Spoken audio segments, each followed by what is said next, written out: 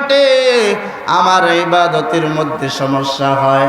ও পয়গম্বর, আল্লাহ তাআলার কাছে যদি বলেন একটু জিজ্ঞেস করবেন আমি কোন কাজ করলে, কোন কাজটা করলে আল্লাহ রাব্বুল আলামিন আমার এই সম্পদ আরো কমায়া দিবে। ওরে মানুষ হইছ বেহুশ দুনিয়ার পিছে, কি জবাব দিবি রে তুই আল্লাহর কাছে? হায় কি জবাব দিবি রে তুই আল্লাহর কাছে? ঠিক কিনা? ওরে মানুষ হইছ বেহুশ দুনিয়ার পিছে, কি জবাব দিবি রে তুই আল্লাহর কাছে? হায় কি জবাব দিবি রে তুই আল্লাহর কাছে? রাতে দিনে দৌড়া দৌড়ি বিশ্রামের সুযোগটা নাই, নামাজ রোজা দূরের কথা আল্লাহর নামটাও মুখে নাই। রাতে দিনে দৌড়া দৌড়ি বিশ্রামের সুযোগটা নাই, নামাজ রোজা দূরের কথা আল্লাহর নামটাও মুখে নাই। মরণকালে টাকা কি কারো সঙ্গেতে গেছে? মরণকালে টাকা কি কারো সঙ্গেতে গেছে? কি জবাব দিবি রে তুই আল্লাহর কাছে? হায় কি জবাব দিবি রে তুই আল্লাহর কাছে? ওরে মানুষ হইছ বেহুশ দুনিয়ার পিছে, কি জবাব দিবি রে তুই আল্লাহর কাছে? হায় কি জবাব দিবি রে তুই আল্লাহর কাছে? হালাল হারাম না মানিয়া কত টাকা করছো কামাই, এত টাকা রাখবা কোথায়? কাফনের তো পকেট নাই।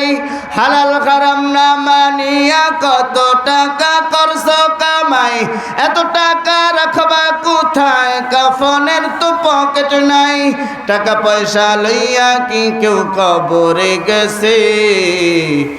টাকা পয়সা লইয়া কি কেউ কবরে গেছে? কি জবাব দিবি রে তুই আল্লাহর কাছে? হায় কি জবাব দিবি রে তুই আল্লাহর কাছে? সকাল থেকে শুরু সন্ধ্যা পর্যন্ত আপনি আমি দুনিয়ার পিছনেই শুধু ছুটছি। আল্লাহ রাব্বুল আলামিনের হুকুমের তোয়াক্কাও আপনি আমি করি না। দুনিয়ার জমিনের মধ্যে আমরা সকলেই শুধু দুনিয়া নিয়েই ব্যস্ত। সকাল থেকে সন্ধ্যা পর্যন্ত ঠান্ডা হোক কিংবা গরম হোক, প্রচণ্ড ঠান্ডা প্রচণ্ড গরম, সর্ব অবস্থায় শুধু আল্লাহ তাআলার হুকুমের তোয়াক্কা না করলেও দুনিয়া আপনি আমি ঠিকই বুঝি। দুনিয়ার পিছনেই শুধু ছুটছি আর ছুটছি। দুনিয়ার সব কিছু নিয়ে আপনি আমি মত্ত, আল্লাহ রাব্বুল আলামিনের হুকুমের কোনো খবর নাই।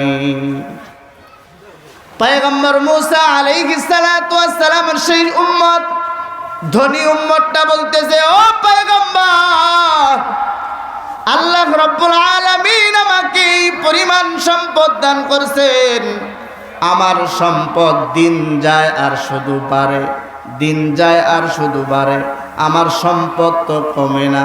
আর এই সম্পদ বেশি হয়ে যাওয়ার কারণে, সম্পদ অনেক বেশি হয়ে যাওয়ার কারণে আমার ইবাদতের মধ্যে বিঘ্নতা ঘটে, আমার ইবাদতের মধ্যে সমস্যা হয়। ও পয়গম্বর, আল্লাহ তাআলার কাছে যদি বলেন একটু জিজ্ঞেস করবেন আমি কোন কাজ করলে, কোন কাজটা করলে আল্লাহ রাব্বুল আলামিন আমার এই সম্পদ আরো কমায়া দিবে। আপনি আমি চিন্তা করি সম্পদ কিভাবে বাড়ে। সমাজের মধ্যে আপনি আমি যদি একটু অভাবের মধ্যে পড়ে যাই, সমাজের মধ্যে আপনি আমি যদি একটু কষ্টের মধ্যে পড়ে যাই, কতবার বলে ফেলি আল্লাহ আমারে দেখে না। কি বলি না, আল্লাহ আমারে দেখে না, অমুকে নামাজ পড়ে না, অমুকে রোজা রাখে না, দিনের কাজ করে না, সপ্তাহে একদিন মসজিদেও যায় না, তারপরেও দেখি তার টাকা পয়সার অভাব নাই। আমি নামাজ পড়ি, রোজা রাখি, তারপরেও আমার টাকা পয়সা নাই। আল্লাহ আমারে দেখে না, এরকম কথা বলি না, বলি না। এরকম কথা বলা যাবে না। ফেরাউন এই পৃথিবীর জমিনের মধ্যে 400 বছর হায়াত পাইছে। কত বছর? 400 বছরে তার একদিন একটু মাথা ব্যথাও ধরে না। তাহলে ফেরাউন সবচাইতে বড় বুজুর্গ নাকি? হ্যাঁ, যদি মনে করেন যে আমার তো অসুখ বিসুখ বেশি হয় না, আমার তো কষ্ট কম, তাহলে বুঝবেন যে অবশ্যই আমার ইমানের মধ্যে ঘাটতি চলে আসে। আর যদি মনে করেন যে না, আমার উপরে তো দেখে খালি বিপদ চাপে, খালি বিপদ আর বিপদ, তাহলে বুঝবেন যে না, আমার ইমানটা একটু মজবুত হইতেছে। আল্লাহ তাআলা এটারে পোড়ায়া টোড়ায়া পরীক্ষা করে একটু আর একটু শক্ত বানাইতেছে। আলহামদুলিল্লাহ বল। কারণ আশরাফ আলী থানভী রহমতুল্লাহ আলাইহি তার কিতাবের মধ্যে ছোট্ট একটা কথা লেখছে যে একই টাইমে দুনিয়ার জমিনের মধ্যে দুই জায়গায়, আমি অমুক জায়গায় গেছিলাম, আল্লাহ পাঠাইছিল মাছ দিয়ে, আরেকজন কইতেছে আল্লাহ পাঠাইছিল জৈতুনের তেল নষ্ট করার জন্য। কেন সেটা তারা আলোচনা করার পরে জানতে পারছে।